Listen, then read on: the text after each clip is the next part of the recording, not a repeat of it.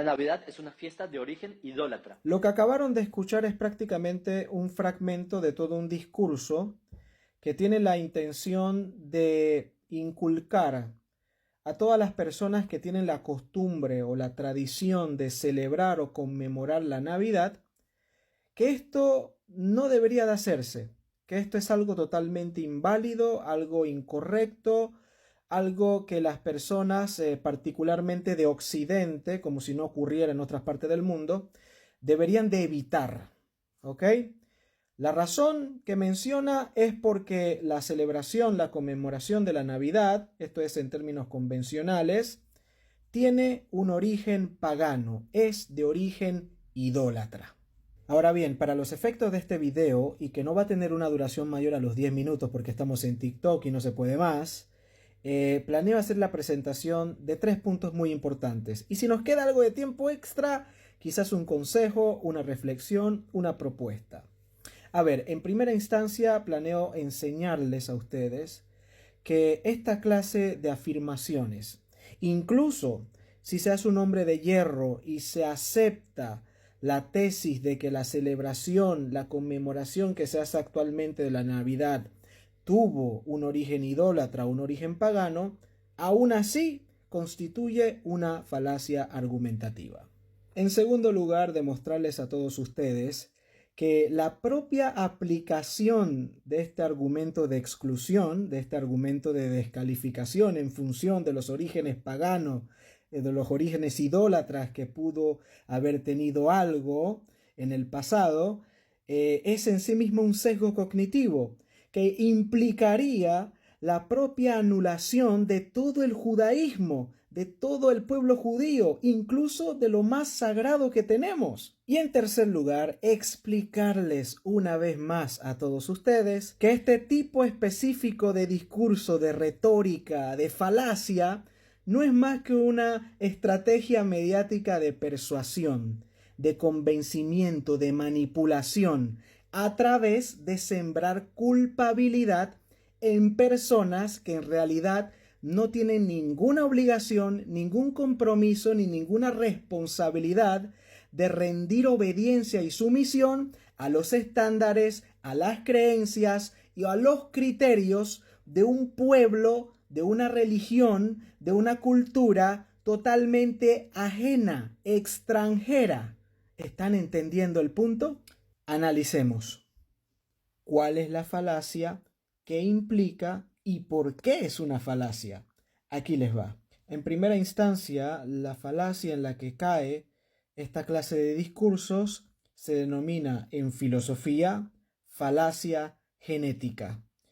¿En qué consiste una falacia genética? En términos simples, consiste prácticamente en un argumento que se construye con el objetivo de descalificar, invalidar, desacreditar o incluso cancelar una idea, una práctica o en este caso una costumbre como la Navidad, basándonos exclusivamente en la condición o en la situación inicial en donde surge, en su origen, en su fuente, en su génesis. Ahora bien, ¿por qué se considera una falacia? Pues porque cuando se va a emitir o se va a desarrollar un criterio o un juicio de valor sobre algo o una decisión alágica o legal sobre algo, prácticamente no nos basamos en el pasado, en la situación inicial de aquella cosa cualquiera que ésta fuese, sino por el contrario,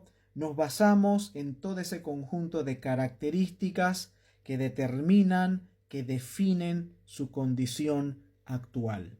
Si el juicio que se va a desarrollar, el criterio que se va a formular, responde a una necesidad actual, la evaluación tiene que hacerse a partir de las características actuales. ¿Y por qué no nos basamos en su pasado, en las condiciones iniciales en donde surgió algo?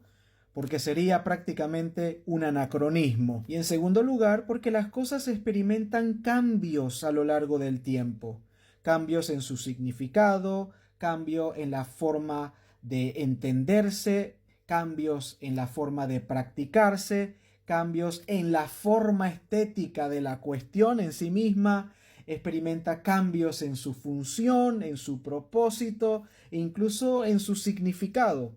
Por eso es que cuando se emite un juicio de valor, y más si se trata de un juicio de exclusión o de invalidación, no nos podemos basar en parámetros antiguos, en parámetros, originarios o del génesis de la cuestión en sí. Una práctica, por ejemplo, o en este caso una costumbre, que a lo mejor bajo ciertas condiciones antiguas en el pasado pudieron haber sido consideradas negativas, no implica que hoy en día esa cuestión que ha pasado por un proceso de redefinición, de resignificación, de reformulación, etcétera, siga manteniendo las condiciones que en la antigüedad o en el pasado pues la definían como algo negativo. Segundo punto, ¿por qué considero que esta clase de discursos califica, proyecta, prácticamente ponen en evidencia un sesgo cognitivo? Porque resulta que la persona que desarrolla esta clase de afirmaciones y discursos parece haber olvidado que partiendo de lo más terrenal, mundano, hasta lo más sagrado, todo lo que forma parte del pueblo judío, de nuestra cultura, de nuestra religión, de nuestro judaísmo, padece prácticamente del mismo problema de origen y que de forma cínica o ignorante tal vez, él mismo utiliza como criterio de descalificación, como criterio de invalidación, como criterio de cancelación, especialmente cuando se trata de las costumbres, de las prácticas, de las creencias o las ideas de otros pueblos, de otras religiones. Y por eso es un sesgo cognitivo, pues no parece darse cuenta que los mismos criterios de juicio, de valor que desarrolla sobre las creencias, las prácticas, los libros religiosos o las costumbres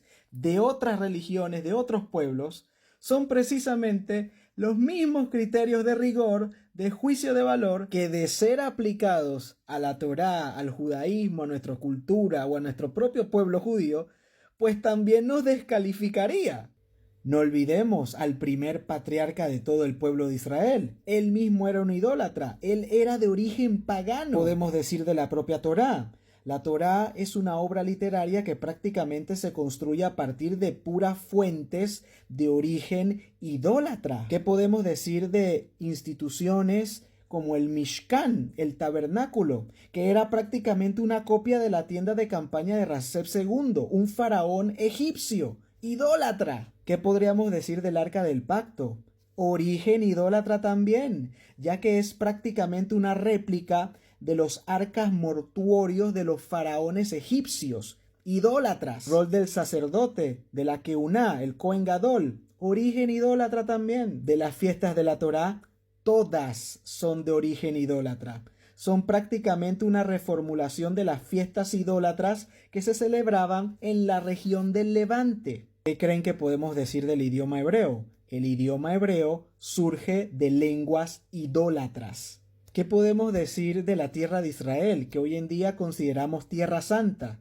Tienen que saber que la tierra de Israel, antes de ser sagrada y santa, era tierra de idólatras, de paganos. ¿Qué decir del propio nombre Israel?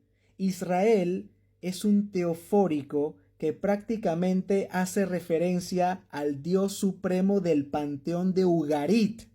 Idolatría pura. Si nos ponemos místicos, ¿qué podríamos decir del famoso árbol cabalístico de la vida?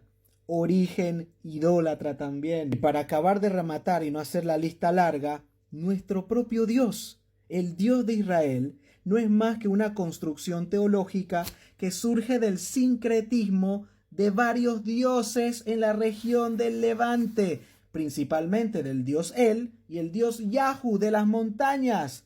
O sea, ¿de qué estamos hablando? Si consideramos como criterio de invalidación el origen idólatra o pagano que tienen las cosas, todo quedaría anulado en el judaísmo. Desapareceríamos. No tendríamos cultura, identidad, religión, literatura, no tendríamos entonces nada.